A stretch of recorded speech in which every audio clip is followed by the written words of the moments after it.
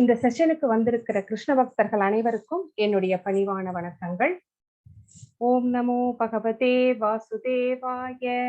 ஓம் நமோ பகவதே வாசுதேவாய. ஓம் நமோ பகவதே வாசுதேவாய. ஓம் அஜ்ஞானத்திமிராந்தஸ்ய நானாஜலசலாகயா சக்ஷுருன்மிலிதம் கேன தஸ்மை ஸ்ரீ குரவே நமः.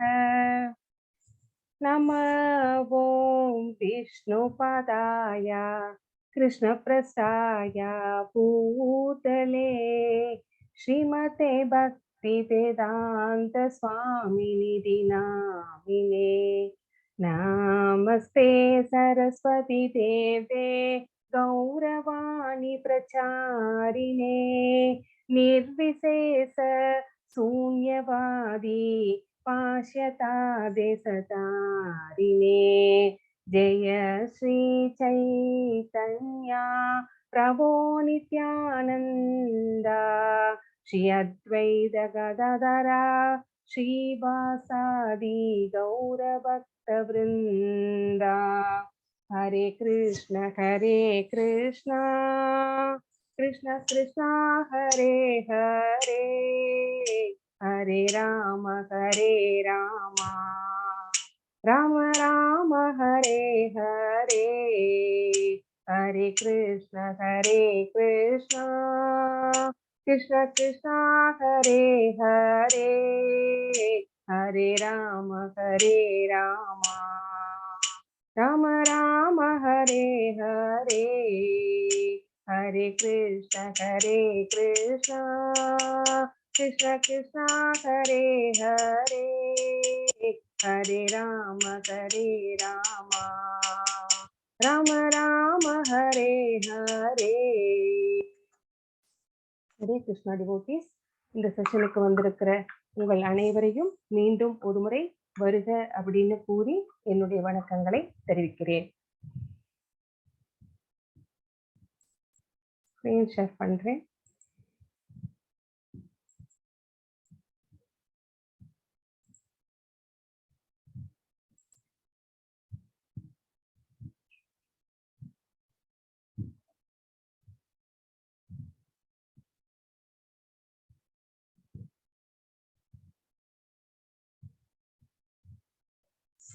மாதாஜி ஸ்கிரீன் தெரியட்டா? தெரியுது மாதாஜி. ஹரே கிருஷ்ணா மாதாஜி, தேங்க்யூ. சாப்டர் 8, அக்ஷர பிரம்ம யோகம், கிருஷ்ணரை அடைதல். இந்த சாப்டர்ல பகவான் நம்மளுக்கு என்ன சொல்ல போகிறார் அப்படிங்கிறத நம்ம பார்க்கலாம். ஸ்ரீ ராதா கோவிந்தர் இஸ்கான் மங்களூருவுக்கு நம்முடைய பணிவான வணக்கங்களை சமர்ப்பித்து விட்டு இந்த செஷனுக்கு செல்லலாம். ஹரே கிருஷ்ண கிருஷ்ண கிருஷ்ண ஹரே ஹரே ஹரே ராம ராம ராம ஹரே ஹரே. ஜகத்குரு ஸ்ரீல பிரபுபாத கி ஜெய்.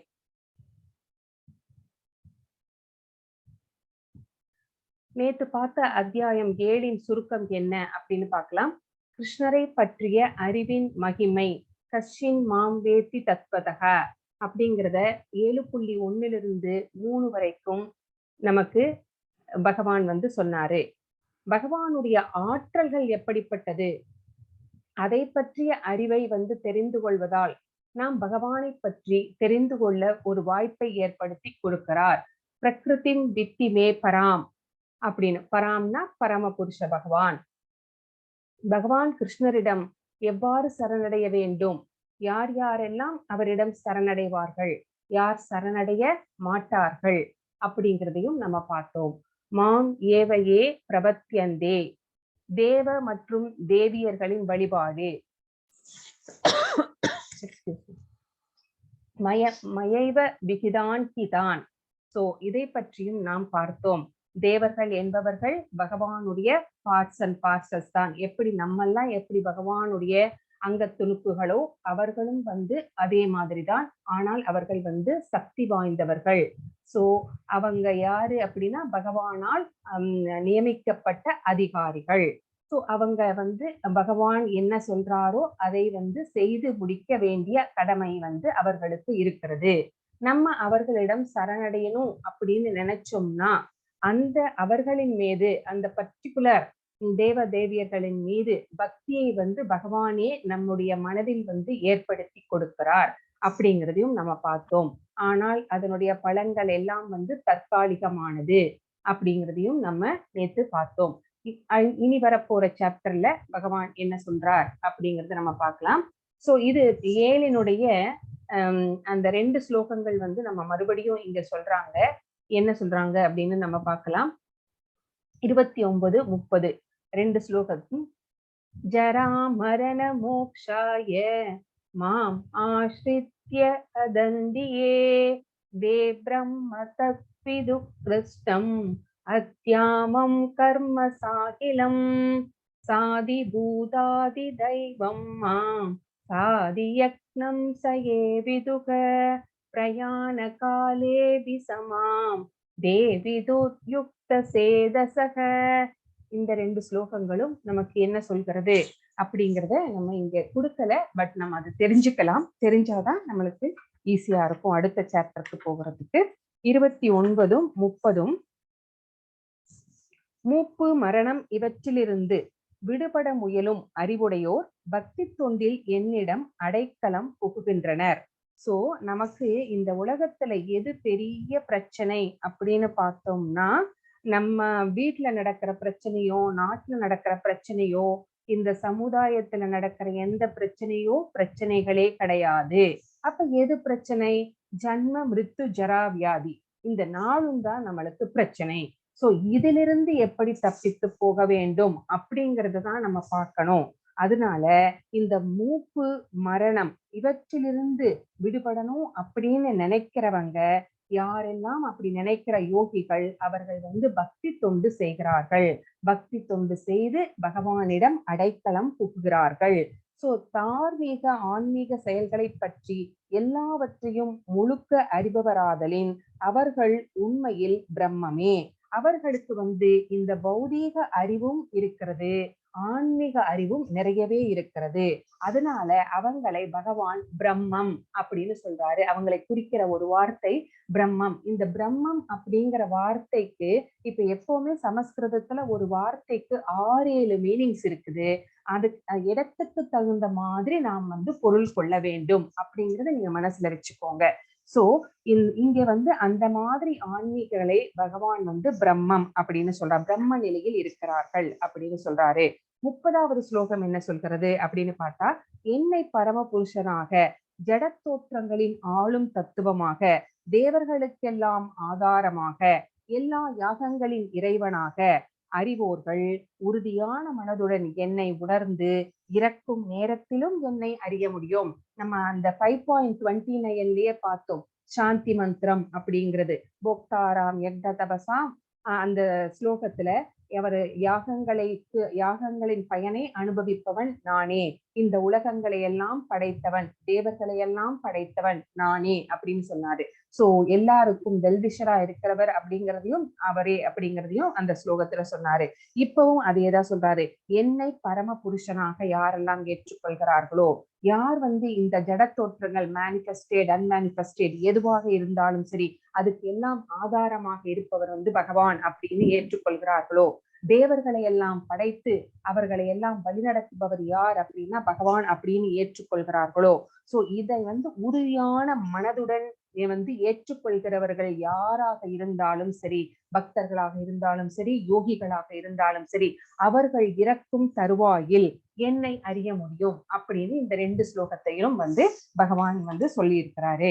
சோ இப்ப வந்து நம்ம 8வது சாப்டர்ல என்னென்ன அப்படிங்கறத நம்ம பார்த்துக்கலாம். முக்கியமான அந்த தலைப்புகள் என்ன, முக்கியமான சொற்கள் என்ன அப்படிங்கிறதையும் நம்ம இங்க பார்க்கலாம். அர்ஜுனன் 8 கேள்விகள் கேட்கிறாரு. ஹித்தத் பிரம்மம். சோ இது 1லிருந்து 4 வரைக்கும் உள்ள ஸ்லோகங்களில் இந்த கொஸ்டின்ஸை வந்து பகவான் கிட்ட வந்து அர்ஜுனர் வந்து வைக்கிறாரு.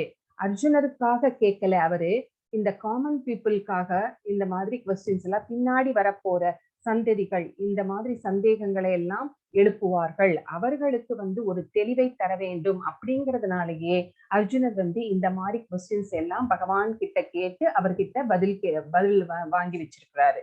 சோ இறந்த நேரத்தில் கிருஷ்ணரை நினைவில் கொள்வது எப்படி, சோ அப்படின்னு அர்ஜுனர் இறக்க போகிற நேரத்திலே பிரயாண காலே, அந்த பிரயாண காலத்துல நம்மனால பகவானை வந்து நினைவில் வைத்துக் கொள்ள முடியுமா அப்படிங்கிற ஒரு சந்தேகம் அர்ஜுனருக்கு வந்ததுனாலேயே இந்த கொஸ்டினை வந்து கேட்கிறாரு பகவான் கிட்ட.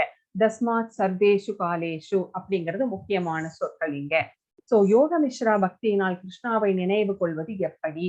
சோ யோகமிஸ்ரா பக்தியினால எப்படி பகவானை வந்து நினைவில் கொள்வது அப்படிங்கிறது. ஓம் இது ஏகாஷரம் பிரம்ம அப்படிங்கிறது முக்கியமான வார்த்தைகள்.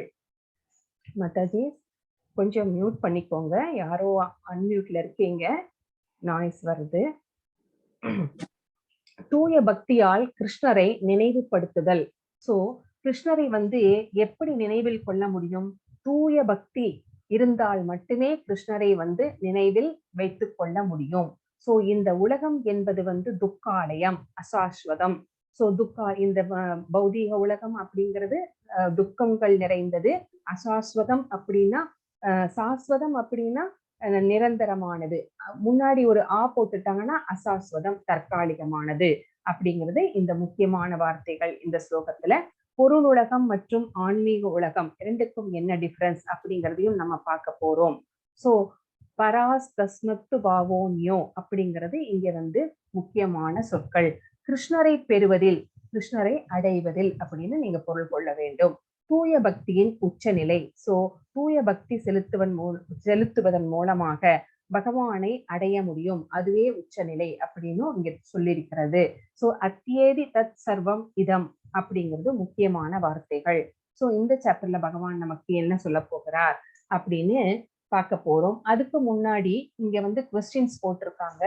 என்னென்ன கொஸ்டின்ஸ் அப்படின்னு பார்த்தா, அர்ஜுனர் கேட்ட 8 கொஸ்டின்ஸ். பிரம்மம் அதாவது ஆத்மா. நம்ம போன ஸ்லோகத்துல என்ன பார்த்தோம்? அந்த யோகிகள் வந்து பிரம்ம நிலையில் இருக்கிறார்கள் அப்படின்னு பார்த்தோம். இப்பவே வந்து ரெண்டு மீனிங் நம்மளுக்கு கிடைச்சிருக்கு.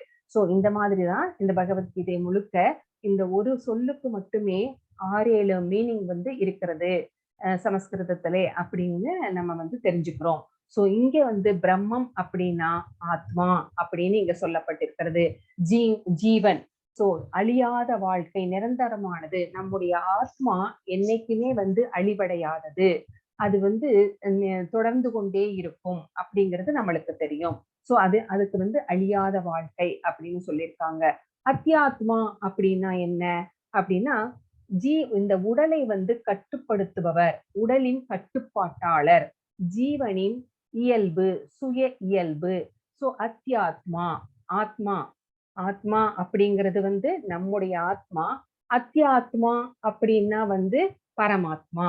கர்மா அப்படின்னா என்ன? வேலைகள், நம்ம என்ன வேலைகள், நம்ம செயல்கள் செய்கிறோமோ அது எல்லாமே வந்து கர்மா. சோ இந்த கர்மா செய்வதனாலேயே என்னென்னமோ நல்ல வேலைகளும் செய்கிறோம், கெட்ட செயல்களும் செய்கிறோம், அறிந்து செய்கிறோம், அறியாமல் செய்கிறோம். சோ இந்த செயல்கள் தான் பொருள் உடலுக்கு வழிவகுக்கும் செயல்கள். அது என்னது பொருள் உடலுக்கு அப்படின்னா, இந்த பௌதீக உலகத்திலே நாம் மீண்டும் பிறப்பு எடுத்து வருவதற்கு அந்த செயல்களே வந்து காரணமாக இருக்கிறது. சோ இந்த உலகத்துல நம்ம என்ன சொல்றோம்? மெட்டீரியலிஸ்டிக் வேர்ல்ட் அப்படின்னு சொல்றோம். ஸ்பிரிச்சுவல் வேர்ல்ட், மெட்டீரியல் வேர்ல்டுன்னு சொல்றோம். அதுதான் பொருள் அப்படின்னு சொல்றாங்க. சோ மறுபடியும் பிறவி எடுக்க நாம் செய்யும் செயல்களே வந்து காரணமாக இருக்கிறது. ஆதிபூதா அப்படின்னா என்ன அப்படின்னு கேட்டா, இந்த இயற்கை இருக்கு பார்த்தீங்களா, அதுதான் வந்து ஆதிபூதா என்று சொல்லப்படுகிறது. ஆதி தெய்வா அப்படின்னா உச்ச தேவன். சோ இதில் அனைத்து தேவதாக்களும் வந்து அடங்கும். சோ ஆதி தெய்வம் அப்படிங்கிறதுல எல்லாருமே, நம்ம பகவானுடைய விஸ்வரூப தரிசனத்துல நம்ம எல்லாரையுமே நம்ம பார்த்தோம் இல்லைங்களா? விராட் ரூபத்துல எல்லா தேவர்களும் தேவதைகளும் வந்து எல்லா உயிரினங்களும் கூட அவருடைய அந்த விராட் ரூபத்திலேயே வந்து அடங்கி இருந்தது. சோ அதுதான் வந்து ஆதி தெய்வா. ஆதி அர்ஜுனா அப்படின்னா தியாகத்தை அனுபவிப்பவர். அது யாரு அப்படின்னு நம்மளுக்கு எல்லாத்துக்குமே தெரியும், பரமாத்மா. நம்ம எந்த யாகங்கள், யக்னங்கள், தியாகங்கள் எது செய்தாலுமே அதை வந்து அனுபவிக்க கூடியவர் பரமபுருஷ பகவான் ஆகிய பரமாத்மா அப்படிங்கிறது நம்மளுக்கு தெரியும். ஆதி அர்ஜுனா எங்கே வசிக்கிறார் அப்படின்னு கேட்டா, பரமாத்மா அனைவருடைய இதயத்திலும். சோ உயிர்வாளிகள் லிவிங் என்டிட்டிஸ் எதெல்லாம் வந்து உயிரோடு இருக்குதோ எல்லாத்திலையுமே வந்து அது பறவையாக இருந்தாலும், மரமாக இருந்தாலும், மனிதனாக இருந்தாலும், மிருகமாக இருந்தாலும், எதுவாக இருந்தாலும் அனைவரது இதயத்திலும் பரமாத்மாவாக இருக்கிறார். இறக்கும் நேரத்தில் பகவானை எப்படி நினைவு கொள்வது அப்படின்னா, அதுக்கு ஒரே ஒரு வழிதான் இருக்கு, பயிற்சி செய்வது மட்டுமே. பகவானை வந்து பக்தி அப்படிங்கறத வந்து சின்ன வயசுலயே வந்து பயிற்சி செய்தோம் அப்படின்னா நம்மளுக்கு வந்து அது ஒரு ஹேபிட்டா மாறிடும். சோ அந்த ஹேபிட் வந்து நம்மளுக்கு எப்பவுமே வந்து மறக்க முடியாத நினைவாக இருக்கும். சோ நம்ம வந்து பகவானை கடைசி நேரத்திலும் நினைவு கொள்வதற்கு இந்த பயிற்சியே வந்து துணை செய்கிறது அப்படின்னு இங்க சொல்லப்பட்டிருக்கிறது.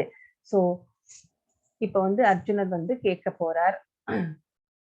அர்ஜுன உவாச்ச கிம் தத் பிரம்ம கிமத்யாமம் கிம் கர்ம புருஷோத்தம ஆதிபூதம் சகிம் புரோக்தம் அதிதைவம் கிம் உச்யதே. மாதாஜி நீங்க வாசிங்க, ஆனா மியூட்ல இருந்து வாசிக்கலாம் மாதாஜி. யாரோ பின்னாடி வாசிச்சிட்டு இருக்கீங்க, ரெக்கார்டிங் போயிட்டு இருக்கு இல்லையா, அதனால சொல்றேன். நீங்க வந்து மியூட்ல இருந்துக்கோங்க. மியூட்ல இருந்துட்டு நீங்க வாசிக்கலாம் ஸ்லோகம், தப்பே இல்லை. அர்ஜுனர் வினவினான், எம்பெருமானே, உத்தம புருஷரே, பிரம்மன் என்பது என்ன, அத்தியாமம் என்பது என்ன, பலநோக்கு செயல்கள் யாவை, இந்த ஜடத்தோற்றம் என்ன, தேவர்கள் யாவர், இவற்றை தயவு செய்து எனக்கு விளக்குவீராக. சோ அர்ஜுனருக்கு இது எல்லாம் தெரியாதா?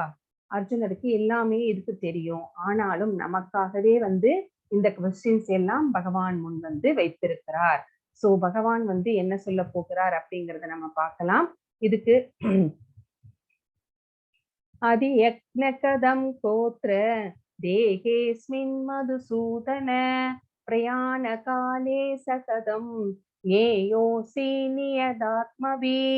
மதுசூதனரே, யாகங்களின் இறைவன் யார், உடலில் அவர் எவ்வாறு வசிக்கின்றார், பக்தி தொண்டில் ஈடுபடுவோர் உம்மை மரண காலத்தில் எவ்வாறு அறிய முடியும். சோ ஃபர்ஸ்ட்ல இருந்து செகண்ட் ஸ்லோகம் வரைக்கும் அவருடைய கொஸ்டின்ஸே தான் வருது. சோ மதுசூதனரே அப்படின்னு கூப்பிடுறாரு. ஏன் வந்து அப்படி சொல்றாருன்னா, மது என்ற அரக்கனை அழித்தவர் பகவான். அதே மாதிரி என் மனதில் எழும் சந்தேகம் என்னும் அரக்கரை அழிக்கக்கூடியவரும் நீரே அப்படிங்கிறதுனாலையும் பகவானை வந்து அர்ஜுனர் வந்து மதுசூதனரே அப்படின்னு கூப்பிடுறார். யாகங்களின் இறைவன் யார் அப்படின்னு கேட்கிறார். நமக்கு எல்லாருக்குமே தெரியும், பகவான் விஷ்ணுவே யாகங்களின் இறைவர். உடலில் அவர் எவ்வாறு வசிக்கிறார், எல்லாருடைய இதயத்திலும் பரமாத்மாவாக அவர் வசித்துக் கொண்டிருக்கிறார். பக்தி தொண்டில் ஈடுபடுபவர்கள் எவ்வாறு உங்களை வந்து மரண காலத்திலே வந்து நினைவு வைத்துக் கொள்ள முடியும் அப்படின்னு இங்க வந்து கொஸ்டின் வந்து கேட்கிறாரு. சோ நம்முடைய பிரயாண காலே அப்படிங்கிற இந்த சொல் வந்து இங்க ரொம்ப ரொம்ப ரொம்ப இம்பார்ட்டன்ட். மரண காலத்தில் சோ நம்ம இந்த வாழ்ந்த வாழ்க்கையில் நாம் செய்த செயல்கள் எல்லாமே நம்முடைய மரண காலத்திலே பரிசோதனை செய்யப்படும். சோ பரிசோதனை செஞ்சு அதுக்கு ஏத்த மாதிரிதான் நமக்கு மறுபிறவியா இல்லையா, என்ன பிறவி அப்படிங்கறது எல்லாம் வந்து பகவான் வந்து முடிவு செய்வார். இறக்கும் தருவாயில் பக்தர்கள் வந்து எவ்வாறு பகவானை வந்து நினைவு வைத்துக் கொள்ள முடியும், இல்லை பகவானை நினைவு வைத்துக் கொள்ள மறந்து விடுவார்களா அப்படின்னு அர்ஜுனன் வந்து அஞ்சுகிறார். அதனாலேயே வந்து இந்த கொஸ்டினை வந்து பகவான் கிட்ட வந்து கேட்கிறார்.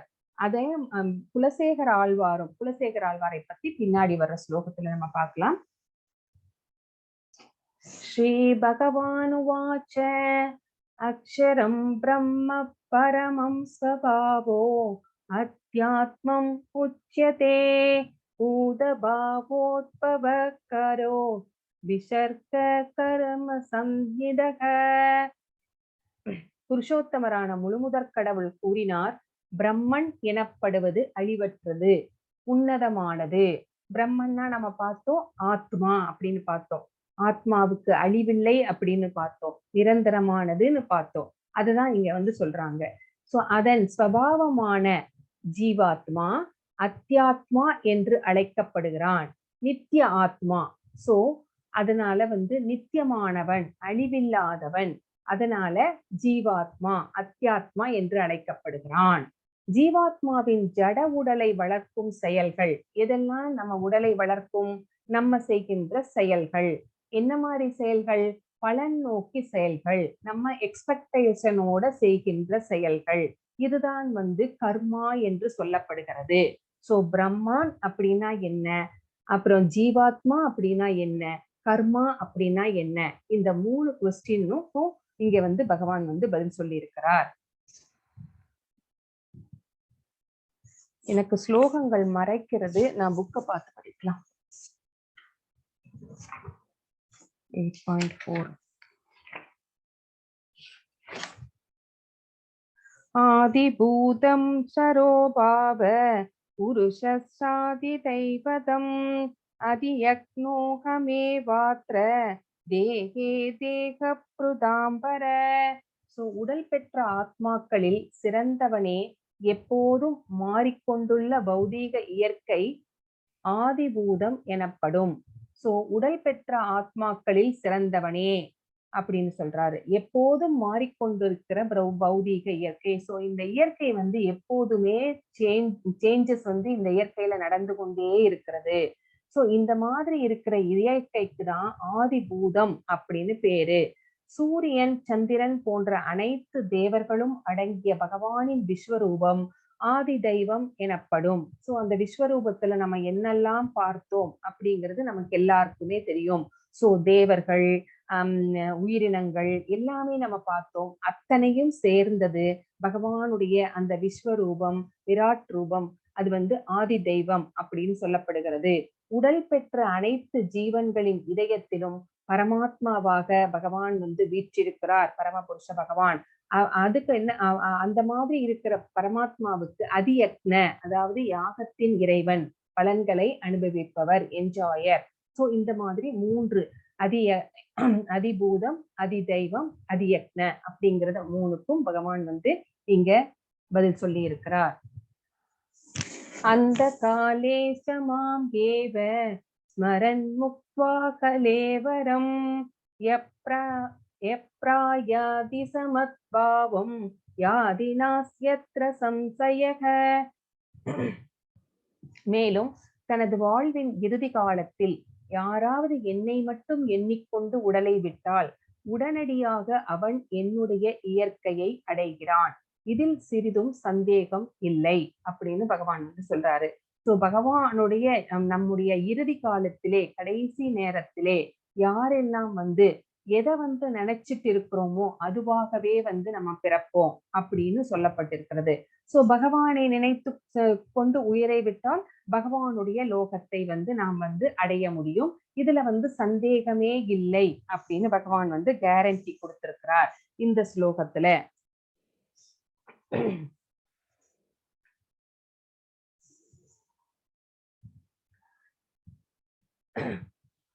கல்கத்தால ஒரு சமயத்துல இது நடந்த இன்சிடென்ட். இது ரயில்வே ஸ்டேஷன்ல ஒரு கூலி தொழிலாளி, அவர் அந்த ட்ரெயின் வர்றது தெரியாம அவர் அந்த ரயில்வே ட்ராக்கை கடக்கிறார்.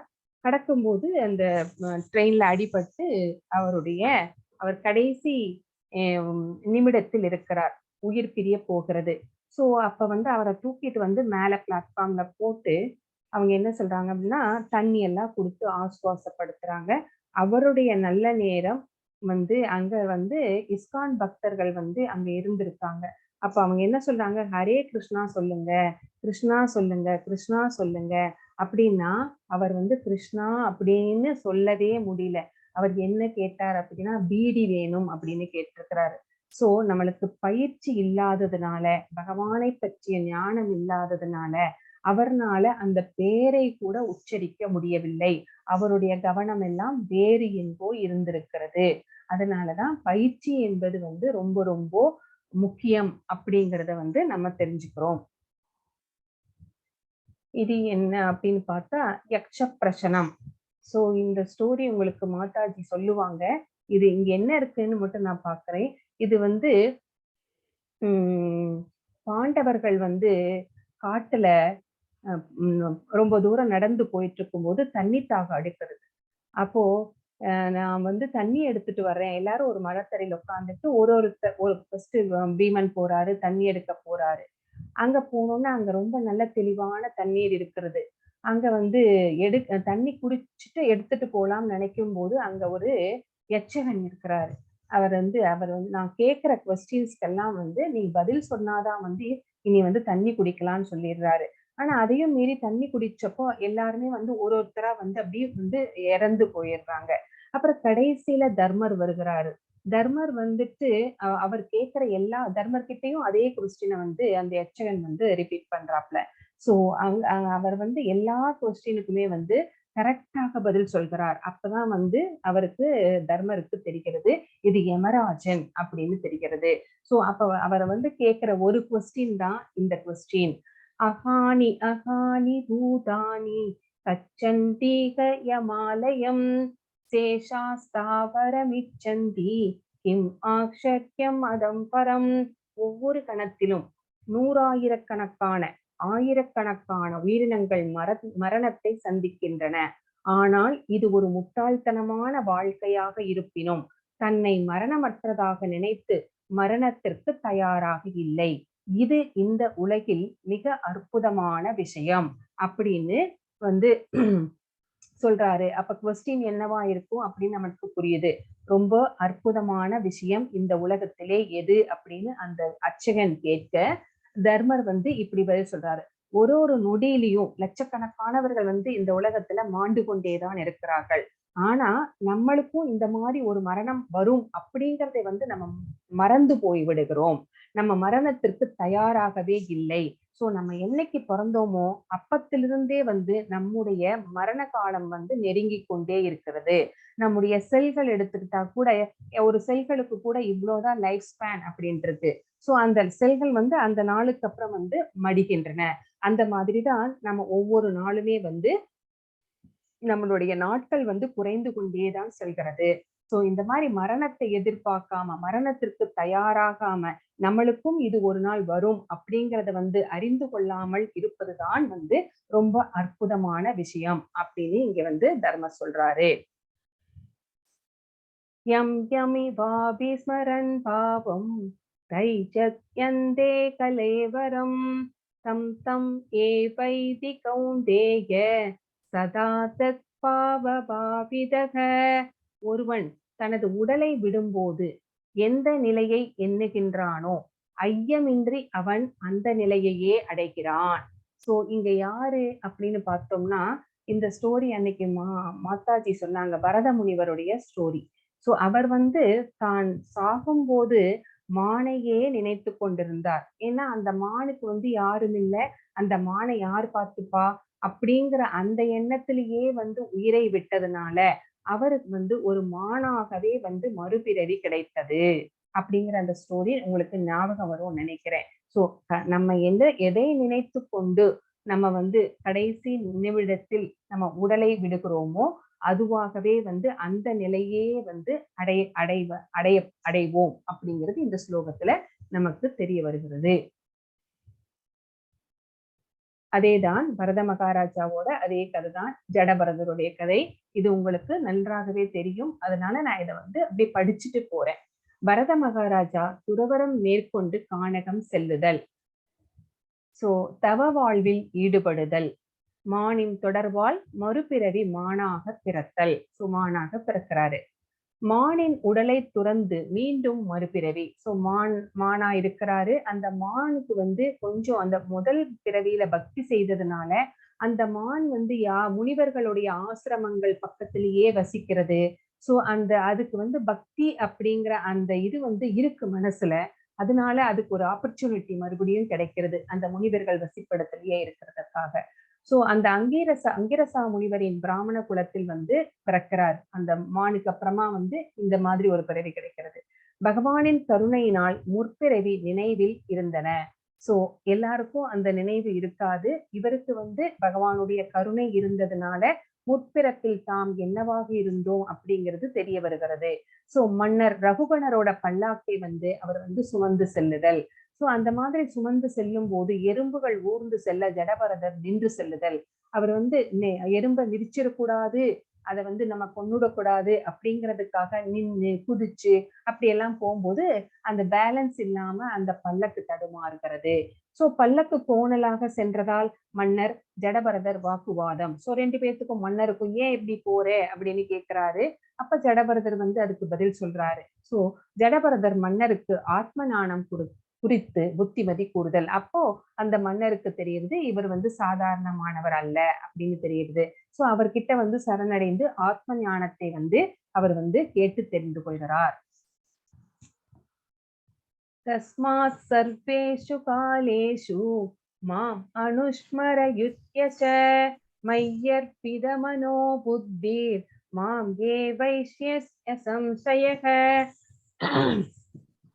எனவே அர்ஜுனா, என்னை இந்த உருவில் எண்ணிக்கொண்டு அதே சமயம் உனக்கு விதிக்கப்பட்ட கடமையான போரிடுதலையும் செய்வாயாக. உன்னுடைய செயல்களை எனக்கு அர்ப்பணித்து உன்னுடைய மனதையும் புத்தியையும்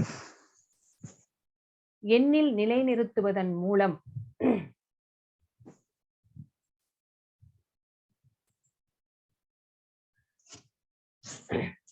உன்னுடைய செயல்களை எனக்கு அர்ப்பணித்து உன்னுடைய மனதையும் புத்தியையும் என்னில் நிலைநிறுத்துவதன் மூலம் நீ என்னையே அடைவாய் என்பதில் ஐயமில்லை அப்படின்னு இங்க பகவான் சொல்றாரு. கிருஷ்ணருடைய அந்த உருவத்தை நினைவில் வைத்துக்கொண்டு அதே சமயம் உனக்கு விதிக்கப்பட்ட கடமை, சத்திரியர்களுக்கு என்ன கடமை? போரிட்டு நாட்டை காக்க வேண்டும், மக்களை காக்க வேண்டும்ங்கிறது தான் கடமை. சோ என்னையே நினைத்து கொண்டு நீ வந்து போர் செய் அப்படின்னு அர்ஜுனருக்கு வந்து சொல்றாரு. உன்னுடைய செயல்களை எனக்கு அர்ப்பணித்து, சோ இந்த நீ செய்கின்ற செயல்களுக்கெல்லாம் நீயே காரணம் அப்படின்னு நினைக்காம, இதுக்கெல்லாம் காரணம் வந்து பகவான், பரமபுருஷ பகவான் அப்படிங்கிற அந்த எண்ணத்தோட நீ அந்த எல்லாத்தையும் நீ வந்து எனக்கு அர்ப்பணிச்சுடு. அப்ப வந்து உன்னுடைய மனமும் புத்தியும் வந்து என்னிடமே வந்து நிலை பெற்று இருக்கும். சோ இந்த மாதிரி நீ செயல்படும் போது நீ வந்து என்னையே வந்து அடைவாய் அப்படிங்கிறதுல வந்து கொஞ்சம் கூட சந்தேகம் இல்லை அப்படின்னு இங்க வந்து பலன்கள் மேல பற்று இருக்க கூடாது. அதுதான் இங்க பகவான் வந்து சொல்றாரு. சோ பலன்கள் வந்து நம்ம செய்வோம், ஆனால் வந்து பற்று வைக்காமல் செய்யும் போது அந்த பலன் விளைவுகளிலிருந்து வந்து நாம் தப்பித்து கொள்ளலாம் அப்படிங்கிறத பகவான் இங்க வந்து ரொம்ப கிளியரா வந்து சொல்லியிருக்கிறார்.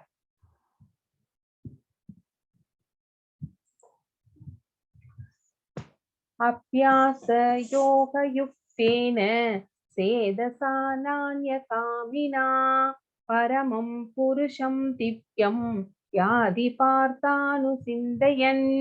பரமபுருஷ பகவானாக என்னை தியானித்து எப்போதும் தனது மனதை நினைப்பதில் ஈடுபடுத்தி இவ்வழியிலிருந்து சற்றும் பிறளாது பயிற்சி செய்பவன் பார்த்தனே நிச்சயமாக என்னை அடைகிறான். பரமபுருஷ பகவானாக என்னை தியானித்து, சோ பகவானை வந்து முழுமுதற் கடவுளாக எப்போதுமே அவரை நினைவில் வைத்துக் கொள்ள வேண்டும். எப்போதும் தனது மனதை அவரை நினைப்பதில் ஈடுபடுத்தி, சோ அவரை வந்து அவருடைய நினைவிலேயே நம்ம வந்து காலத்தை கழிக்க வேண்டும் அப்படின்னு சொல்றாரு. சோ இந்த வழியிலிருந்து சற்றும் பெறலாமல், கொஞ்சம் கூட தடுமாறாமல் சோ பயிற்சி செய்பவன் பார்த்தனே நிச்சயமாக வந்து என்னை அடைகிறான். சோ யார் யாரெல்லாம் வந்து என்னை அடைய முடியும் அப்படிங்கிறத வந்து போன ஸ்லோகத்திலிருந்து சொல்லிக்கிட்டே வராரு. என்னை வந்து யாரெல்லாம் அடைய முடியும் அப்படிங்கிறத. சோ பரமபுருஷ பகவானாக அவருடைய 4 கை ரூபமோ இல்லை சியாமசுந்தர ரூபமோ ஏதாவது ஒன்றை மனதிலே தியானம் செய்து அவருடைய நினைவாகவே இருந்தோம் அப்படின்னா, அந்த பயிற்சி நமக்கு கைவர பெற்றிருந்தால் நாம் பகவானை அடைவது உறுதி அப்படின்னு இங்க தெரிகிறது. சோ இங்க வந்து பகவானுடைய நாமத்தின் மகிமை வந்து சொல்லப்பட்டிருக்கிறது. இந்த அஜாமிலன் ஸ்டோரி உங்களுக்கு சொல்லிட்டாங்கன்னு நினைக்கிறேன். மாதாஜி சொல்லிட்டாங்களா? சொல்லுங்க மாதாஜி. புதுசா ஜாயின் பண்ணிருக்கிறவங்க கேட்கலாம் இல்லைங்களா? கண்டிப்பா கண்டிப்பா. இல்ல உங்களுக்குதான் சொல்லலைன்னு நினைக்கிறேன் இல்லைங்களா? இந்த அஜாமிலன் அப்படிங்கிறவரை வந்து ஒரு பிராமணர். சோ எனக்கு மேல உள்ள லைன்ஸ் எல்லாம் எனக்கு தெரியல, அதனால உங்களுக்கு தெரியுது இல்லையா மேல அந்த எந்த ஊரில்? தெரியுது மாதாஜி. ஓகே தெரியுது மாதாஜி. ஓகே. அவர் வந்து ஒரு பிராமணர். அவர் வந்து காட்டுக்கு வந்து நல்ல பிராமண குலத்திலே பிறந்தவர். அழகான மனைவி, அம்மா, அப்பா, குழந்தைகள் அப்படின்னு ரொம்ப அமைதியா வாழ்ந்து கொண்டு இருந்தவர் தான். ஆனா வந்து காட்டுல வந்து இந்த மலர்கள் எல்லாம் பறிச்சுட்டு வர்றதுக்கோ, இல்ல வந்து சமித்துக்களை எடுத்துட்டு வர்றதுக்கோ போகும்போது, அங்க வந்து ஒரு வேசியை பார்த்து வந்து மனசு வந்து அவருக்கு மாறி போயிடுது. அதனால அவன் ஒரு வேசியை மனம் புரிந்து பிராமண குணங்கள் அனைத்தையும் இழந்தான். சோ அவன் மனைவியை விட்டு வீட்டை விட்டு பிரிந்து இந்த வேசியோடையே வந்து வாழ்க்கையை ஆரம்பித்தான். அந்த அந்த குடும்பத்துல வந்து அவனுக்கு 10 குழந்தைகள் பிறக்கிறது. அந்த குடும்பத்தை காப்பாத்தணும் அப்படிங்கிறதுக்காக எந்த லெவலுக்கு போறாங்க? யாரோ ரைஸ் ஹேண்ட் பண்ணிருக்கீங்க, என்ன மாதாஜி? இந்த கதை சொல்லிருக்காங்க ஆல்ரெடி. பரவாயில்ல, இங்க படிச்சிடுறேன் நான். சரி, ஓகே. பராமரிப்பதற்காக, அந்த குடும்பத்தை பராமரிப்பதற்காக வந்து அவர் கொள்ளை கூட செய்வதற்கு தயங்கவே இல்லை. சோ கொள்ளையடைக்கிறாரு, கொலை செய்யறாரு, சூதாடுறாரு, எப்படியெல்லாம் அடுத்தவர்களை ஏமாத்த முடியுமோ அப்படியெல்லாம் ஏமாத்துறாரு. சோ எல்லா பாவ செயல்களுமே வந்து அவர் செய்யறாரு. சோ இந்த மாதிரி 88 ஆண்டுகள் வந்து கழிந்து விடுகிறது. சோ அவருடைய கடைசி மகனுக்கு என்ன பேர் வைத்திருக்கிறார் அப்படின்னா நாராயணன் அப்படின்னு பேர் வைத்திருக்கிறார். அந்த குழந்தை மேல வந்து கொஞ்சம் பாசம் வந்து மற்ற குழந்தைகள் இருக்கிறத விட ஜாஸ்தி. சோ நாராயணா அதை சாப்பிடு, நாராயணா இங்க வா, நாராயணா அங்க போ, எப்ப பார்த்தாலும் இந்த நாராயணா நாராயணன்ட்டே இருக்கிறாரு. சோ அந்த மாதிரி நினைவாகவே வந்து அவர் இருக்கிறார், அந்த குழந்தையின் நினைவாகவே இருக்கிறாரு. அப்ப வந்து அவருக்கு வந்து மரணம் நெருங்குகிறது. அதை வந்து அவர் வந்து உணரவில்லை. அப்போ ஒரு நாள் அஜாமிலன் பயங்கரமான தோற்றத்துடன் கூடிய யமதூதர்கள் கையில் பாசக்கயிற்றுடன் வருவதை கண்டான். சோ மரணம் நெருங்கிவிட்டது. சோ யமதூதர்கள் வந்து வர்றாங்க பாசக்கயிற்றோட. ஆனால் அதை பார்த்து கலக்கமடைந்து தன்னுடைய மகனை நாராயணா என்று பலமாக அழைத்தான். சோ நாராயணா பயத்துல வந்து கத்துறாரு, நாராயணான்னு கத்துறாரு. அஜாமிலன் பகவானுடைய தெய்வீகமான ஞானத்தை பயத்தின் காரணமாக உச்சரித்த போதிலும், சோ அவர் வந்து பக்தியினால உச்சரிக்கல, பயத்தினால உச்சரித்தாரு. இது குற்றமின்றி இருந்ததால் உடனடியாக விஷ்ணு தூதர்கள் அங்கே வந்து அஜாமிலனின் உயிரை பிரிப்பதிலிருந்து யமதூதர்களை தடுத்தார்கள். சோ வந்து நாராயணா அப்படின்னு சொன்னதுனால விஷ்ணு தூதர்களும் வந்துட்டாங்க. அவங்க 2 பேத்துக்கும் வந்து வாக்குவாதம், வாத பிரதிவாதங்கள் நடக்கிறது. 2 பேரும் நான் தான் வந்து உயிரை பறிப்பேன் அப்படின்னு வந்து யமதூதர்கள் சொல்ல, இல்லை நீங்க வந்து அதுக்கு உங்களுக்கு ரைட்ஸ் கிடையாது. ஏன்னா வந்து அவர் வந்து நாராயண பக்தர், அதனால வந்து அவரை வந்து நீங்க வந்து உயிரை பறிக்க முடியாது அப்படின்னு அவர்களுக்கு வந்து பாதுகாப்பு தருகிறார்கள். சோ பாவத்தை அழிக்கும் ஹரிநாமம். அப்ப ஒரே ஒரு தடவை நாராயணா அப்படின்னு சொல்லிட்டா போதுமா? எல்லா பாவங்களுமே வந்து அழிந்து போகுமா? அப்படி கிடையாது. அவர் அதுக்கும் முன்னாடி வந்து செய்த பக்தி அதெல்லாம் வந்து இருக்கு. சோ அதனுடைய பலனாகவே கடைசி நிமிஷத்துல நாராயணா அப்படிங்கிற அந்த பேரை உச்சரிக்கிறதுக்கு அவருக்கு வாய்ப்பு கிடைத்தது. சோ பாவத்தை அழிக்கும் ஹரிநாமம். சோ நம்மளுடைய பாவங்களை எல்லாமே அழிக்கக்கூடிய சக்தி வந்து ஹரிநாமத்திற்கு இருக்கிறது. சோ அதனால அந்த யமதூதர்களிடமிருந்து அவர்களுக்கு பாதுகாப்பு கிடைக்கிறது. சோ இந்த மாதிரி சொற்பொழிப்பை இவங்க 2 பேரும் வந்து வாத பிரதிவாதங்கள் செய்யும் போது அதை கேட்டுக்கொண்டிருக்கிற அஜாமிலன் உயிர்களுக்கும் முழுமுதற் கடவுளுக்கும் இடையிலான உறவை பற்றிய தெய்வீகமான மத கோட்பாடுகளை புரிந்து கொள்ள முடிந்தது. சோ பகவானுக்கும் நமக்கும் என்ன வந்து ஒரு ரிலேஷன்ஷிப் இருக்கு அப்படிங்கிறத வந்து அஜாமிலன் வந்து புரிந்து கொள்கிறார். சோ அந்த மாதிரி ஒரு முழுமையான தூய பக்தர் அவர் வந்து செய்த பாவ செயல்கள் அனைத்தையும் வந்து நினைவுபடுத்துவதற்கு இது முடிந்தது. இது செய்ததற்காக மிகவும் வருத்தப்பட்டார். அச்சோ எவ்வளவு பெரிய தப்பு செஞ்சிட்டோம் அப்படின்னு ரொம்ப வருத்தப்படுறார். அவர் வந்து கடைசியில ஹரிபக்தி நெறியிலே வாழ்ந்து பகவானுடைய ஸ்மரணையிலேயே இருக்கிறார். அப்ப அவர் வந்து உடலை உகுத்த பின்பு வைகுண்டத்திலிருந்து விமானம் வந்து அவரை வந்து அழைத்து செல்கிறது அப்படின்னு இங்க வந்து இந்த ஸ்டோரி முடிகிறது. சோ இது வந்து ஹரிநாமத்தின் மகிமையை சொல்லுகிற ஒரு ஸ்டோரியாக நமக்கு இருக்கிறது. 8.9ல கவிம் புராணம் அனுசாசிதாரம் அனோத் அணியாம்சம் அனுஸ்மரேத்ய சர்ப்பஸ்யதாதாரம் அச்சிந்திய ரூபம் ஆதித்யவர்ணம் தமச பரஸ்தாத்.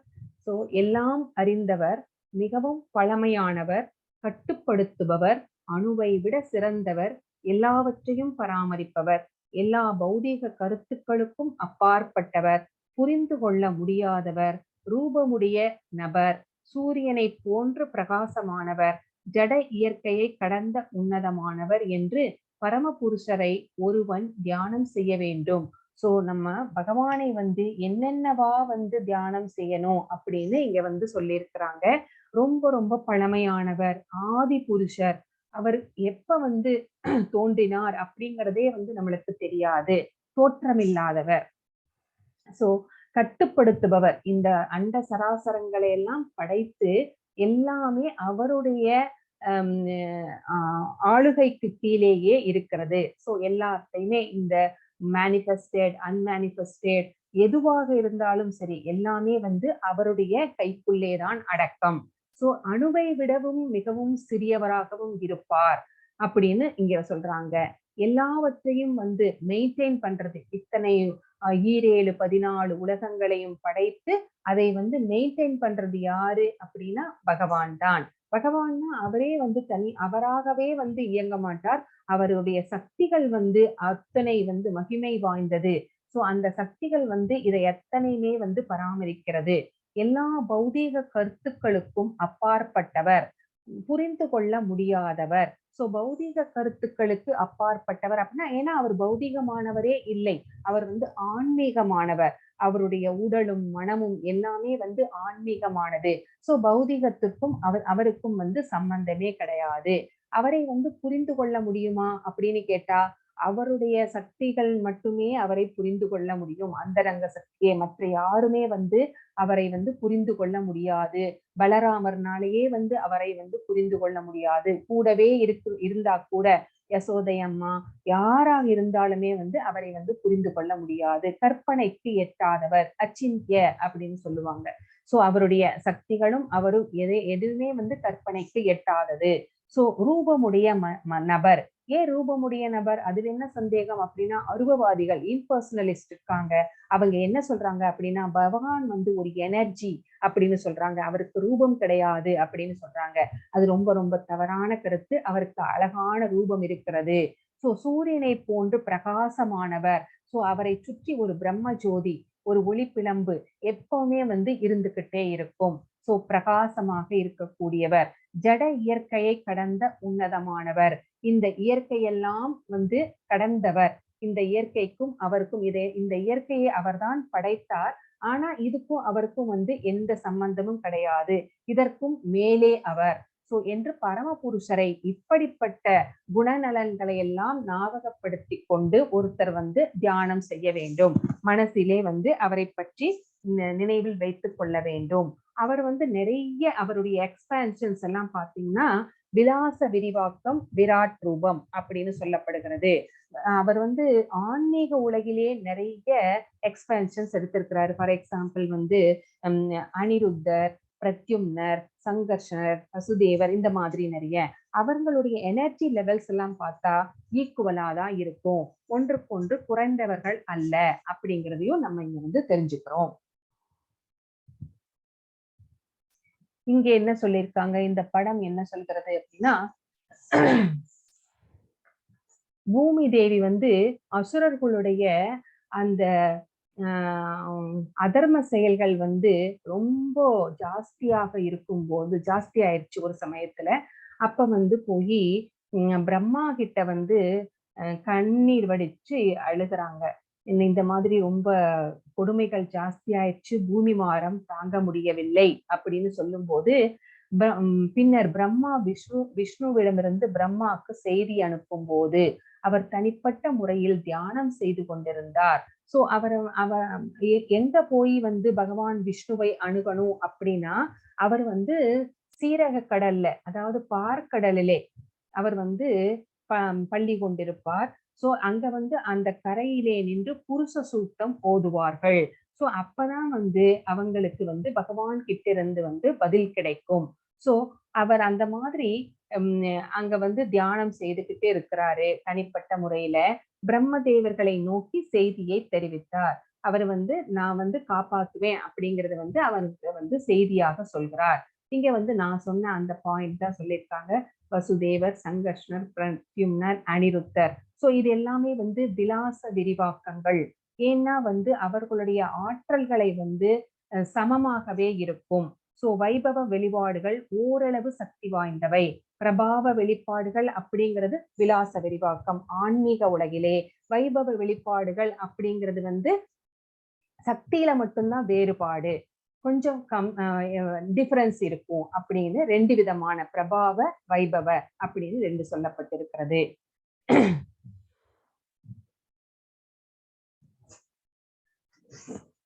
மாம் உபேத்ய புனர்ஜன்ம துக்காலயம் அசாஸ்வதம் நாப்னுவந்தி மகாத்மான சம்சித்திம் பரமாம் கதா.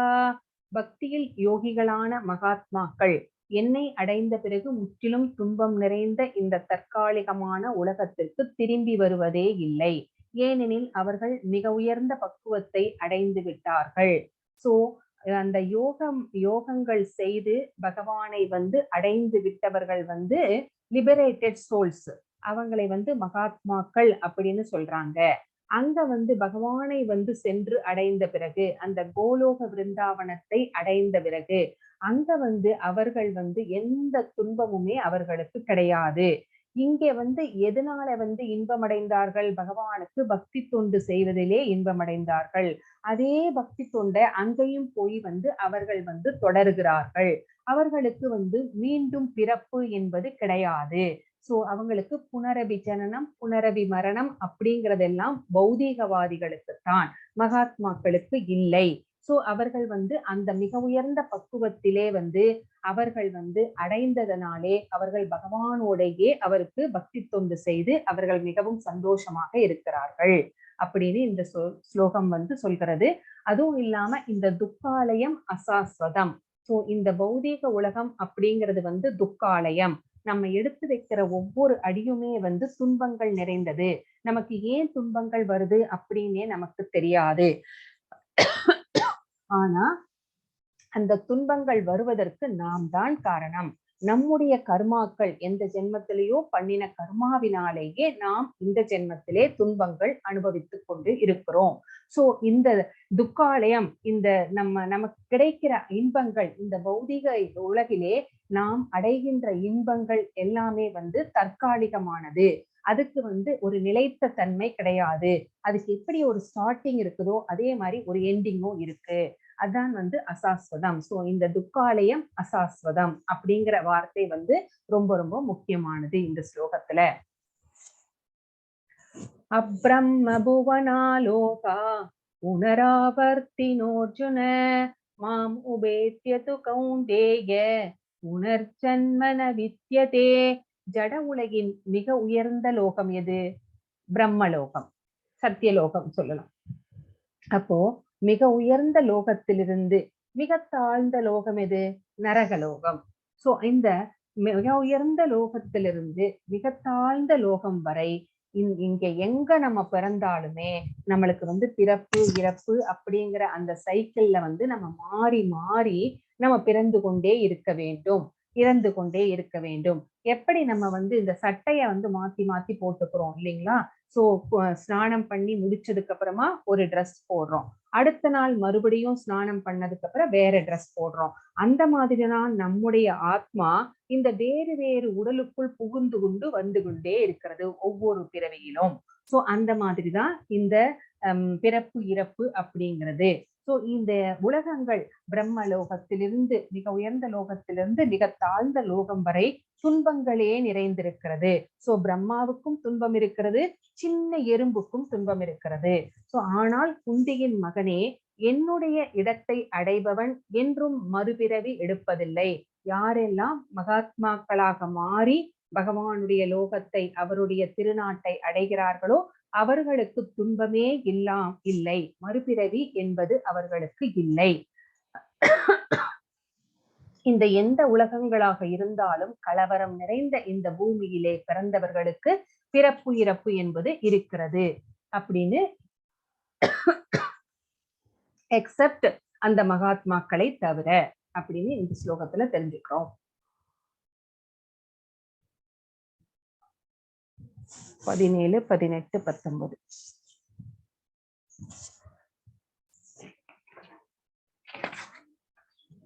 सहस्रयुगपर्यन्तम् अकर्यत् ब्रह्मणो विदुः रात्रिं युगसहस्रान्तं देहो रात्रविदो जनाम् अव्यक्तात्तव्यक्तय सर्वा प्रवन्त्यपहराहमे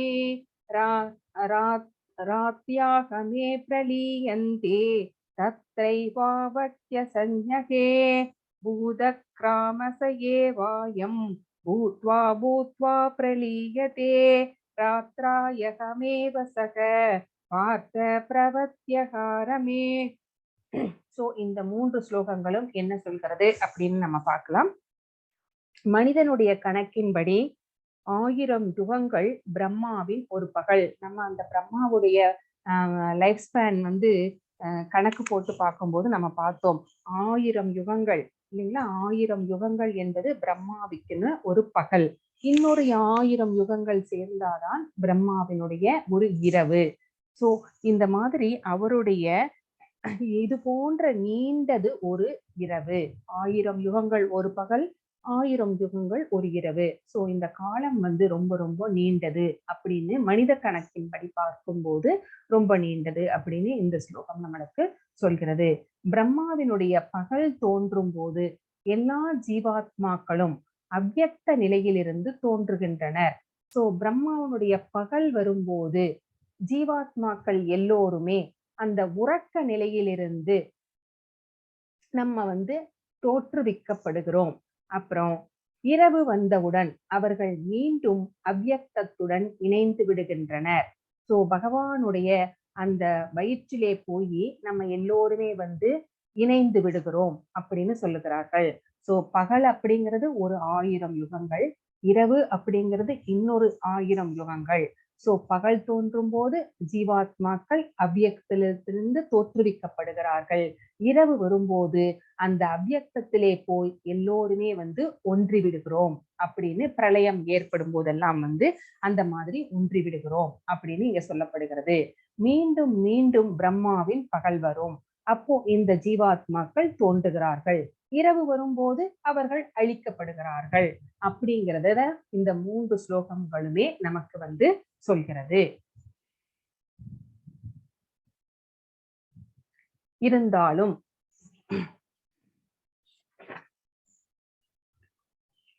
பரஸ்தஸ்மாத்து பாவோன்யோ யக்தோ வ்யக்தாத் சனாதனக யச சர்வேசு பூதேசு நஸ்யத்சு ந வினஷ்யதி. இந்த 20வது ஸ்லோகம். இருப்பினும் தோன்றி மறையும் இந்த ஜடத்திற்கு அப்பால் நித்தியமானதும் திவ்யமானதுமான மற்றொரு தோன்றாத இயற்கை உள்ளது. அது பரமமானது, என்றும் அழிவடையாதது. இவ்வுலகில் உள்ள அனைத்தும் அழிவடையும் போதும் அப்பகுதி அழிவடைவது இல்லை. சோ இந்த பூலோகம் மட்டும்தான், இங்க இருக்கிற கீழ்லோகங்கள் மட்டும்தான் அழியுமே ஒழிய ஆன்மீக லோகங்கள் அழியாது அப்படின்னு இங்க சொல்லப்படுகிறது. ஆன்மீக லோகங்கள் வந்து இந்த பௌதீக உலகம் 3ல் 1 பகுதி அப்படின்னா ஆன்மீக உலகம் வந்து 3 பகுதி. சோ அதுதான் வந்து இந்த பகுதி அழியாது அப்படின்னு சொல்றாங்க. ஆன்மீக உலகங்களுக்கு அழிவில்லை. மற்ற ஆனா ஜடத்திற்கு அப்பால் அப்படின்னா மேல இந்த விண்வெளி, ஆகாயம், இதுக்கப்புறமா வந்து ஆன்மீக உலகம் இருக்கிறது. அது நித்தியமானது. நித்தியமானதுன்னா எட்டர்னல். சோ திவ்யமானது. சோ தோன்றாத இயற்கை உள்ளது. அது எப்ப வந்து தோன்றாத இயற்கை அப்படின்னா எப்ப தோன்றுச்சு அப்படின்னே நமக்கு தெரியாது. அந்த தோற்றம் வந்து எப்போ நடந்தது அப்படின்னு நம்மளுக்கு தெரியாது. அதனாலதான் தோன்றாத இயற்கை அப்படின்னு சொல்றாங்க. அது பரமமானது. ஏன்னா பரமபுருஷர் அங்க வசிக்கிறார். அதனால வந்து அது பரமமானது, அழிவடையாதது. அதுக்கு வந்து அழிவுங்கிறதே கிடையாது. சோ இந்த உலகத்திலே பிரளயம் ஏற்பட்டு மற்ற பகுதிகள் எல்லாமே அழிவடையும் போது கூட அந்த பகுதி மட்டும் அழிவே இல்லாமல் அப்படியே இருக்கிறது. இந்த 2 ஸ்லோகங்களும் என்ன சொல்றது அப்படின்னு பார்க்கலாம். 24 and 25. அக்னி ஜோதிரக சுக்ல சன்மாசா உத்ராயணம் தத்ர பிரயதா கச்சந்தி பிரம்ம விதோஜனா தூமோ ராத்ரிஸ்ததா கிருஷ்ண சன்மாசா தக்ஷணாயனம் தத்ர சாந்திரமசம் ஜோதிர் யோகி பிராப்ய நிவர்த்ததே. இந்த 2 ஸ்லோகங்களும் நமக்கு என்ன சொல்கிறது? பரபிரம்மனை அறிந்தவர்கள் அக்னி தேவனின் ஆதிக்கத்தில், ஒளியில், பகலின் நல்ல நேரத்தில், வளர்பிறை உள்ள 2 வாரங்களில், சூரியன் வடக்கு திசை நோக்கி செல்லும் 6 மாதங்களில் இந்த உலகை விட்டு சென்று அந்த பரமனை அடைகின்றனர். எப்போ இறந்தா அவங்க எந்த உலகத்துக்கு போறாங்க அப்படிங்கிறத சொல்கிற ஸ்லோகங்கள் தான் இந்த 2 ஸ்லோகங்கள். அடுத்த ஸ்லோகம் என்ன சொல்கிறது? புகையிலும் இரவிலும் தேய்பிறையிலும் சூரியன் தெற்கு நோக்கி செல்லும் 6 மாதங்களிலும் இந்த உலகை விட்டு செல்லும் யோகிகள் சந்திரலோகத்தை அடைந்து மீண்டும் திரும்பி வருகின்றனர் அப்படின்னு இந்த ஸ்லோகம் சொல்கிறது. அதாவது இறக்கும் சமயத்திலே என்ன நடக்கும் அப்படின்னா, உத்தராயண காலத்திலே, ஃபர்ஸ்ட் மேல உள்ளதை பார்க்கலாம். உத்தராயண காலத்திலே, அதாவது தை மாசத்திலிருந்து ஆனி மாசம் வரைக்கும் இருக்கிற அந்த 6 மாதங்களிலே, சுக்லபட்சத்திலே, உத்தராயண காலம் அப்படிங்கிறது தை ஆனி அந்த 6 மாதங்கள்ல, தட்சிணாயன காலம் அப்படிங்கிறது ஆடியிலிருந்து மார்கழி அந்த 6 மாதங்கள்ல, சுக்லபட்சம் கிருஷ்ணபட்சம் அப்படிங்கிறது நமக்கு தெரியும், பகல் இரவு அப்படிங்கிறதும் நமக்கு தெரியும், வளர்பிறை தேய்பிறை அப்படிங்கிறதும் நமக்கு தெரியும். சோ பரபிரம்மனை அறிந்தவர்கள் அக்னி தேவனின் ஆதிக்கத்தில், ஒளியில், அப்ப பகல் நேரத்துல, வளர்பிறை இருக்கிற நேரத்துல, சூரியன் வடக்கு நோக்கி செல்லும் 6 மாதங்களில் இந்த உலகை விட்டு சென்றால் அவர்கள் பகவானை அடைகிறார்கள். சோ உத்தராயண காலத்துல இறப்பவர்கள் பகவானை அடைகிறார்கள் தையிலிருந்து ஆனி மாசம் வரைக்கும். அடுத்தது புகையிலும் இரவிலும் தேய்பிறையிலும். சோ தேய்பிறையில சூரியன் தெற்கு நோக்கி செல்லும் காலங்கள்ல, தட்சிணாயன காலத்துல இந்த உலகை விட்டு செல்லும் யோகிகள் சந்திரலோகத்துக்கு போய் அங்க அங்க புண்ணிய பலன்களை தீர்ந்த பிறகு மறுபடியும் பிறப்பெடுத்து இந்த உலகிற்கே வருகிறார்கள் அப்படின்னு இறக்கும் தருவாயை இறக்கிறத பத்தி, அந்த நேரத்தை பத்தி இங்கே சொல்லப்படுகிறது. ஆனால் பகவானுடைய பக்தர்கள் இந்த உத்தராயண காலத்தையோ தட்சிணாயன காலத்தையோ பகலையோ இரவையோ இல்ல கிருஷ்ணபட்சம் சுக்லபட்சம் பகல் இரவு எதையுமே அவர்கள் கன்சிடர் பண்ணவே வேண்டாம். ஏன்னா பகவானுடைய பக்தர்கள் பகவத் சிந்தனையிலேயே இருப்பதால் அவர்கள் நிச்சயம் பகவானுடைய உலகை சென்று அடைவார்கள் அப்படின்னு பகவான் உறுதியா சொல்றாரு.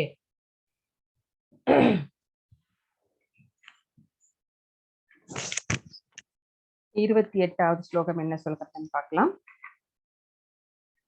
வேதேசு யக்ஞேசு தபசு சைவ தானேசு யத் புண்ணிய பலம் பிரதிஷ்டம் அத்யேதி தத் சர்ப்பமிதம் விதித்வா யோகி பரம் ஸ்தானமுபைதி சாத்யம்.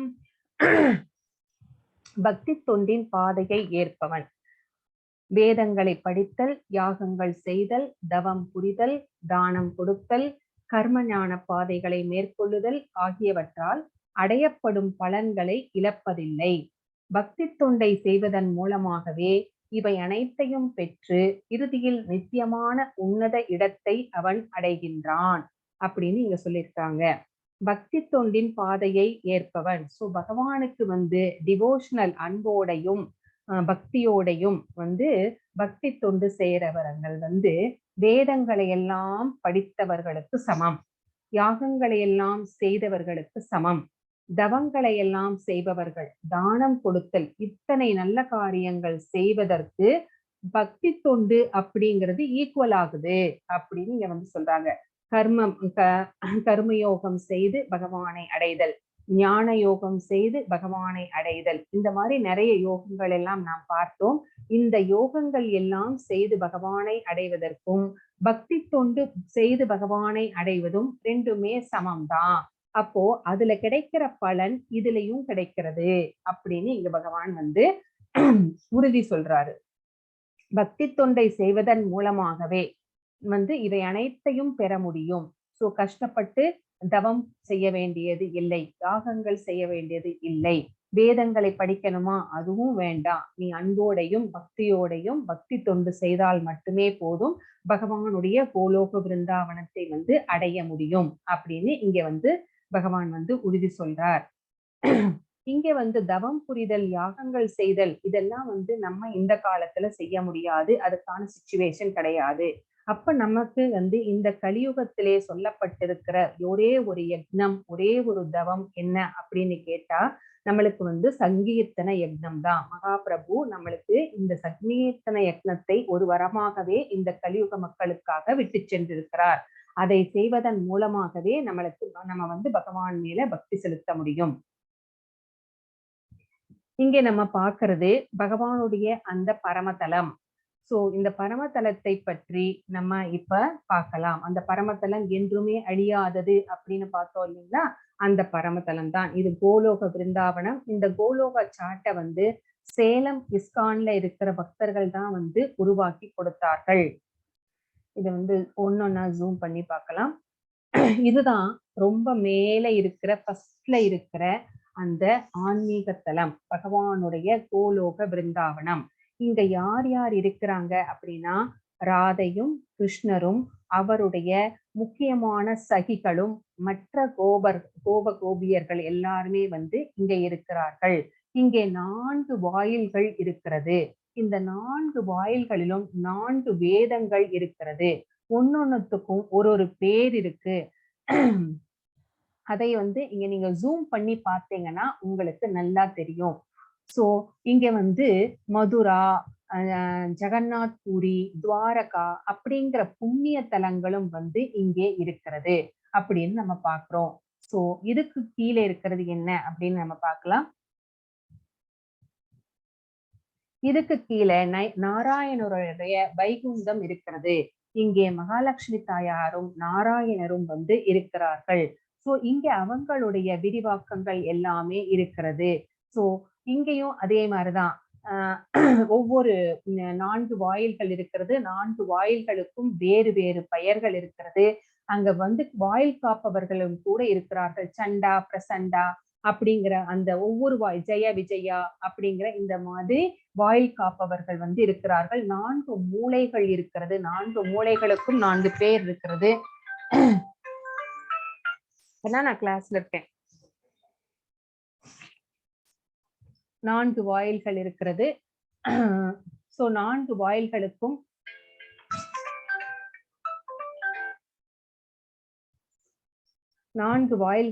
பேர் இருக்கிறது. பாமனா, குமுதாக்ஷா, சுப்ரதிஷ்டா, சர்வேந்திரா அப்படின்னு 4 மூலைகளுக்கும் கூட இங்கே வந்து பேர் இருக்கிறது. சோ இது வந்து நாராயணருடைய வைகுண்டம் அப்படின்னு இங்க நம்ம பார்க்கிறோம். அடுத்தது இது எல்லாமே வந்து அவருடைய விரிவங்கங்கள் அப்படின்னு நம்ம பார்க்கிறோம். இதுதான் வந்து நம்முடைய அந்த இதோட வந்து அதுக்கு கீழே ஃபர்ஸ்ட் நம்ம மேல என்ன பார்த்தோம், கோலோகம் பார்த்தோம். அதுக்கப்புறம் என்ன பார்த்தோம், நாராயணனுடைய வைகுண்டம் பார்த்தோம். அதுக்கப்புறம் இந்த பிரம்ம ஜோதி அப்படிங்கிற ஆன்மீக வானம் தெரிகிறது. இந்த ஆன்மீக வானம் பாருங்க, பாதி வந்து ஆன்மீகத்திலும் ஆன்மீக வெளியிலும் பாதி வந்து இந்த பௌதீக வெளியிலும் இருக்கிறது. இங்க பாருங்க, இந்த இடத்துல இந்த பிரம்ம ஜோதி பாதி மேலையும் பாதி இந்த கீழையும் இருக்கிறது. மகா கால தாமா அப்படின்னு மகேஸ்வரருடைய தாம் இது. சோ இங்கே இருக்கிறது. சோ இங்க வந்து விரஜா நதி, இதுதான் வந்து ரெண்டத்தையுமே வந்து பிரிக்கக்கூடிய அந்த நதி. இந்த விரஜா நதி அப்படின்னு விரஜா ரிவர். சோ நம்ம வைகுண்டம் போகணும் அப்படின்னா இந்த விரஜா நதியை கலந்துதான் வந்து நம்ம வந்து வைகுண்டம் போக முடியும். சோ இது என்ன இந்த ப்ளூ கலர்ல இருக்கிறது? இதுதான் வந்து காரணக்கடல். சோ காரண ஓஷன் அப்படின்னு. இந்த காரண ஓஷன்ல தான் வந்து காரணோதகசாயி வந்து படுத்துக்கிட்டு இருக்கிறார். இவர் தான் வந்து காரணோதகசாயி. இவர் வந்து யாரு அப்படின்னா கிருஷ்ணருடைய விரிவங்கங்கள். பகவான் வந்து 3 விதமான விஷ்ணுக்களாக வந்து எக்ஸ்பான்ஷன் வந்து ஆயிருக்கிறாரு. அதுல வந்து ஃபர்ஸ்ட் வந்து இந்த காரணோதகசாயி. இவர் வந்து பாத்தீங்கன்னா இந்த காரண கடலிலே வந்து தனியாக அப்படி படுத்துட்டு இருக்கிறாரு. சோ இந்த காரண கடலை படுத்துட்டு இருக்கிற இவருக்கு அனந்தனும் கிடையாது, மகாலட்சுமி தாயாரும் கிடையாது.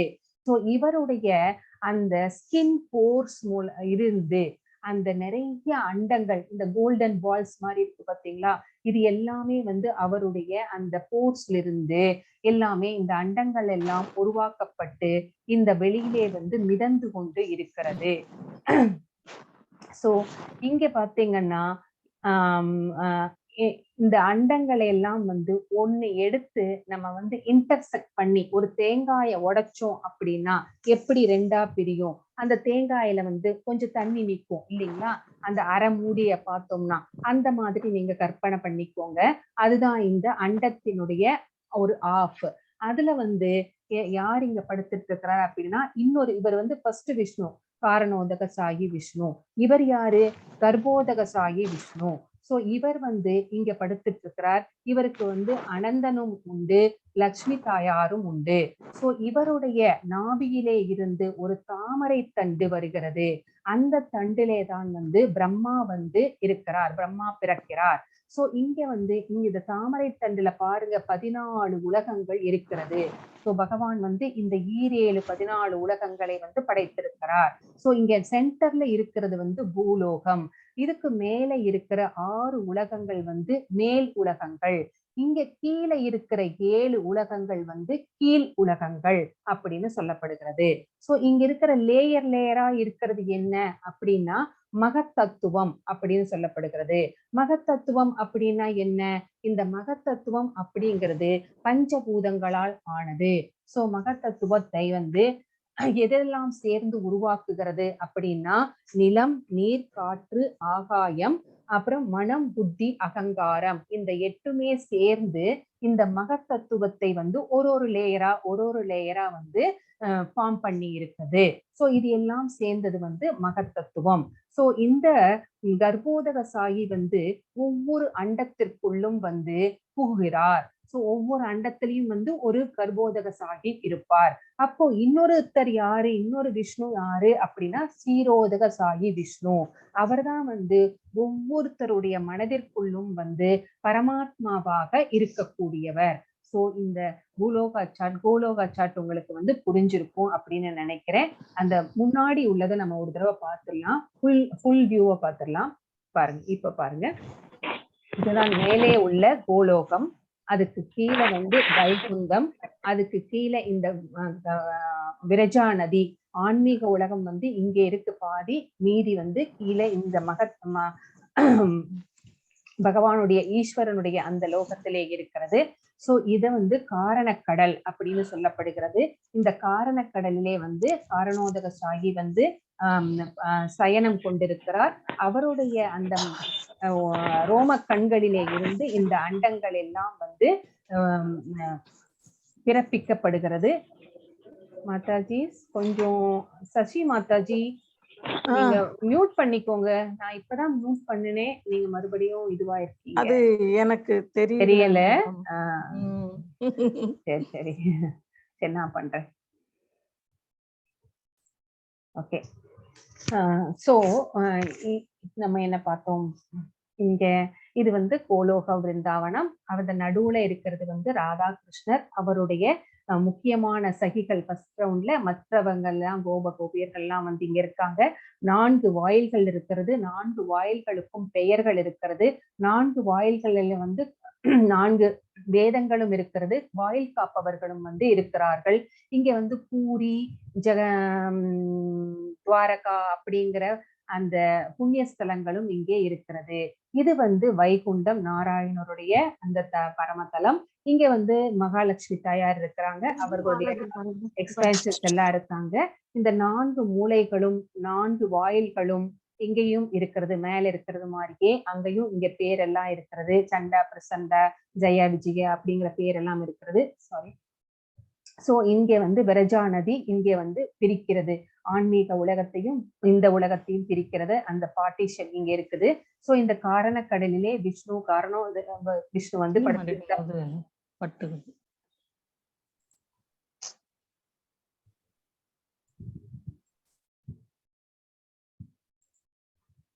இங்க வந்து காரணக்கடலே வந்து படுத்துட்டு இருக்கிறார். இவருக்கு வந்து அனந்த சயனும் லக்ஷ்மி தாயாரும் இல்ல.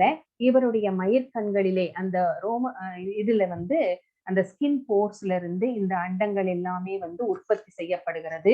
சோ இந்த அண்டங்களை வந்து இன்டர்செக்ட் பண்ணி பார்த்தோம்னா அப்ப வந்து இந்த பிக்சர் மாதிரி நம்மளுக்கு பார்க்க முடியும். சோ இங்க வந்து யார் இருக்கிறார் அப்படின்னு பாத்தீங்கன்னா, இங்க ஒரு விஷ்ணு, 2வது விஷ்ணு. சோ இவருடைய நாபியிலே இருந்து ஒரு தாமரை தண்டின் மூலமாக பிரம்மா பிறக்கிறார். அங்க வந்து 7 உலகங்கள், 14 உலகங்கள் அந்த இதுவெல்லாம் சொல்லுவாங்க. சென்டர்ல இருக்கிறது வந்து பூலோகம்.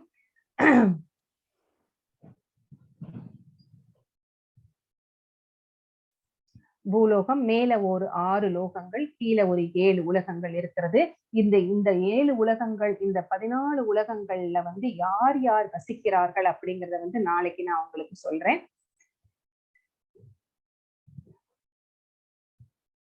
இப்போ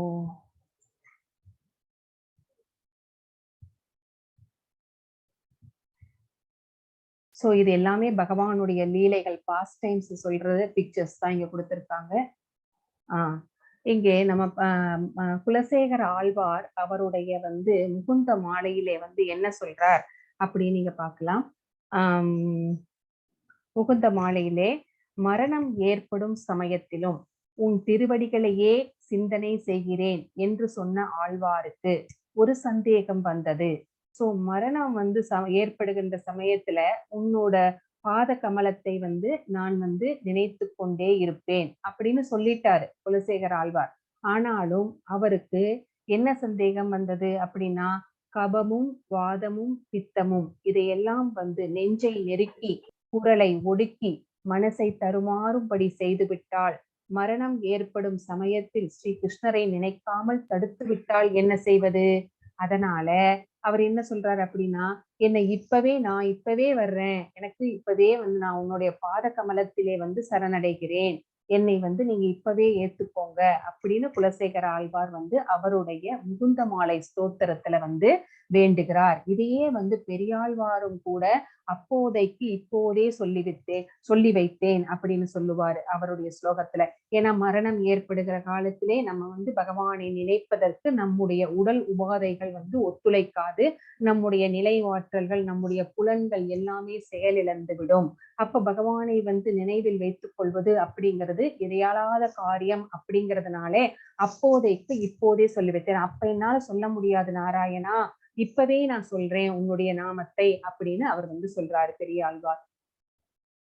சோ இதனுடைய தலைப்புகளும் முக்கிய சொற்களையும் பார்த்திடலாம். அர்ஜுனர் வந்து 8 கேள்விகள் கேட்கிறாரு. கித் தத் பிரம்மம் அப்படிங்கிறது முக்கிய சொல். அவர் என்னென்ன கேள்விகள் கேட்டார் அப்படின்னு நம்மளுக்கு ஞாபகம் இருக்கும்னு நினைக்கிறேன். அவர் வந்து பிரம்மம் அப்படின்னா என்ன, ஆதி தெய்வம், ஆதி யக்னம், ஆதி பூதம் அப்படிங்கிறதுனா என்ன அப்படின்னு கேட்டாரு. பலநோக்கு செயல்கள் அப்படின்னா என்னன்னு 8 கொஸ்டின்ஸ் கேட்டாரு. அதுக்கெல்லாம் பகவான் வந்து தெளிவாக பதில் உரைத்தார். அப்போ பகவானை வந்து இந்த இறக்க போகிற நேரத்திலே எப்படி வந்து நினைவில் வைத்துக் கொள்வது அப்படிங்கிறத வந்து கேட்கிறாரு. அதுக்கும் வந்து பகவான் வந்து பயிற்சி ஒன்றே வந்து அதுக்கு தெளிவான சொல்யூஷன் அப்படின்னு சொல்லிட்டாரு. யோகமிஸ்ரா பக்தினாலே பகவானை வந்து எவ்வாறு நினைவில் வைத்துக் கொள்வது, என்னென்ன மாதிரி எல்லாம் நினைவில் வைத்துக் கொள்வது அப்படின்னு சொன்னாரு பார்த்தீங்களா, அந்த மாதிரி எல்லாம் நினைவில் வைத்துக் கொள்ள, அவருடைய உருவத்தை நினைவில் வைத்துக் கொள்ளலாம். அந்த மாதிரி தியானம் செய்யும் போது அவரை வந்து நினைவில் வைத்துக் கொள்ள முடியும். அதுதான் யோகமிஸ்ரா பக்தி அப்படின்னு சொல்லப்படுகிறது. தூய பக்தியினாலே கிருஷ்ணரை வந்து நினைவில் கொள்ளலாம். இந்த உலகம் வந்து துக்காலயம், இது வந்து தற்காலிகமானது அப்படிங்கிறதையும் பகவான் வந்து சொன்னாரு. இப்போ ஆன்மீக உலகம், பொருள் உலகம் ரெண்டுத்துக்கும் வந்து என்ன டிஃபரன்ஸ் அப்படிங்கிறதையும் நம்ம பார்த்தோம். ஆன்மீக உலகம் எப்படிங்கிறது வந்து பூலோகமும், வைகுண்டமும். அது கீழே உள்ள உலகங்கள் எல்லாமே வந்து பொருள் உலகங்கள் அப்படிங்கிறதையும் நாம் பார்த்தோம். சோ பகவானை வந்து தூய பக்தி செய்வதன் மூலமாக அந்த உச்ச நிலையை அடைய முடியும். அந்த ஹையஸ்ட் அந்த செல்ஃப் ரியலைசேஷனை வந்து அச்சீவ் பண்ண முடியும். அந்த மகான்களாக மாற முடியும். அந்த மகான்களாக மாறினால் பகவானுடைய திருநாட்டை அடைவது அப்படிங்கிறது அவர்களுக்கு ரொம்ப ஈஸி. அப்படி அடைந்தவர்கள் அப்படிங்கிறவங்களுக்கு புனரபி ஜனனம், புனரபி மரணம் கிடையாது அப்படிங்கிறதையும் பகவான் வந்து தெளிவாக சொன்னார். சோ இதோட இந்த 8th சாப்டர் முடிவடைகிறது. இத ஸ்டாப் ஷேர் பண்றேன். ஹரே கிருஷ்ணா மாதாஜி, பிரபுஜி. உங்களுக்கு ஹரே கிருஷ்ணா மாதாஜி. ஏதாவது டவுட் இருந்தா நீங்க வந்து கேட்கலாம் மாதாஜி.